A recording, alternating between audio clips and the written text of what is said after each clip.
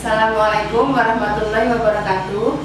Perkenalkanlah, kami dari kelompok 5 akan mempresentasikan salah satu teknologi terapan pelayanan kebidanan, yaitu Doppler. Baiklah, untuk mempersingkat waktu, kami persilakan kepada Ibu Novi untuk mempresentasikan. Assalamualaikum warahmatullahi wabarakatuh. Perkenalkan, nama saya Noviana Nupu. Saya dari kelompok 5 kelas C10. Di sini akan menjelaskan atau mempresentasikan tugas mata kuliah teknologi pelayanan kebidanan tentang Doppler. Di mana nama-nama kelompoknya, yang pertama Maulidia Damayanti, yang kedua Dinda Trikarisma, yang ketiga Sarjiati, yang keempat Astrid Reksanintas, yang kelima Noviana Nupus.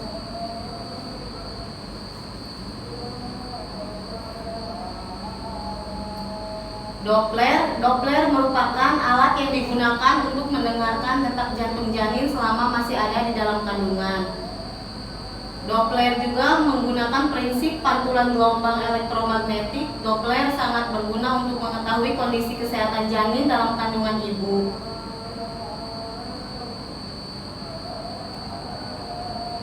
Doppler terbagi menjadi dua bagian. Yang pertama portable Doppler, yang kedua fetal monitor LCD.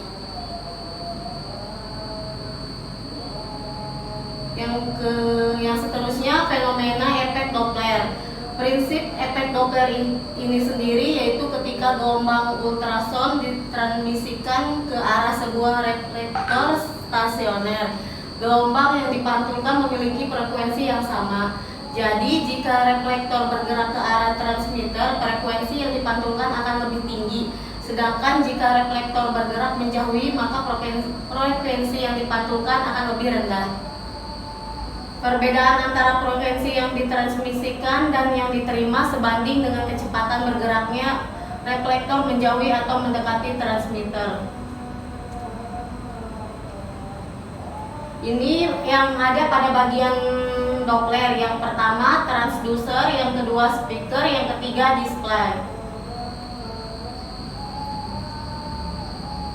Manfaat Doppler dalam kebidanan. Yang pertama, pada bidang kebidanan, fungsinya alat ini dispesifikasikan untuk menghitung jumlah dan menilai ritme denyut jantung bayi.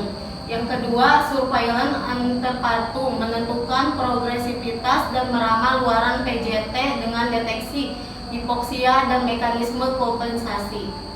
Yang ketiga, untuk mendeteksi bunyi jantung janin pada trimester pertama atau selama kehamilan. Yang keempat, untuk mendeteksi aliran darah dalam tali pusat. Kelemahan pada Doppler sendiri, yang pertama peningkatan suhu yang terjadi akibat absorpsi gelombang ultrasonik oleh jaringan tubuh. Yang kedua, hipertermia yang terjadi pada masa organogenesis dapat menimbulkan cacat pada janin, teratogenik, pertumbuhan janin terhambat dan kematian janin. Prinsip kerja Doppler, yang pertama menggunakan asas gelombang bunyi, yang kedua sumber bunyi berfrekuensi, yang ketiga bunyi yang mengenai darah akan memantulkan bunyi eko dan diterima oleh detektor, kemudian diteruskan sehingga bisa didengar oleh pendengar. Yang keempat, gelombang bunyi yang masuk ke dalam tubuh dapat didifraksi dan menyebabkan efek fiksi pada jaringan. Yang kelima, bila untuk memeriksa gerakan jantung maka akan dihasilkan bunyi detak jantung. Cara penggunaan Doppler, yang pertama ambil transducer lalu tekan power. Yang kedua, setelah lampu Doppler menyala berarti Doppler siap dioperasikan. Yang ketiga, oleskan gel pada transducer. Yang keempat, tempelkan transducer ke perut ibu hamil pada posisi punggung janin. Yang kelima, setelah terdengar bunyi jantung janin mulai dihitung selama 1 menit. Yang keenam, jelaskan pada ibu hamil tentang bunyi lain yang mungkin terdengar seperti gerakan janin, bising, usus. Yang ketujuh, bersihkan gel yang menempel pada perut ibu hamil dan perut. Yang kedelapan, denyut jantung janin normal antara 120 sampai 160 kali per menit dengan reguler. Yang kesembilan, dokumentasikan hasil pemeriksaan dan lakukan tindakan yang sesuai. Terima kasih. Demikianlah presentasi dari kami. Kurang dan lebihnya kami mohon maaf. Wassalamualaikum warahmatullahi wabarakatuh.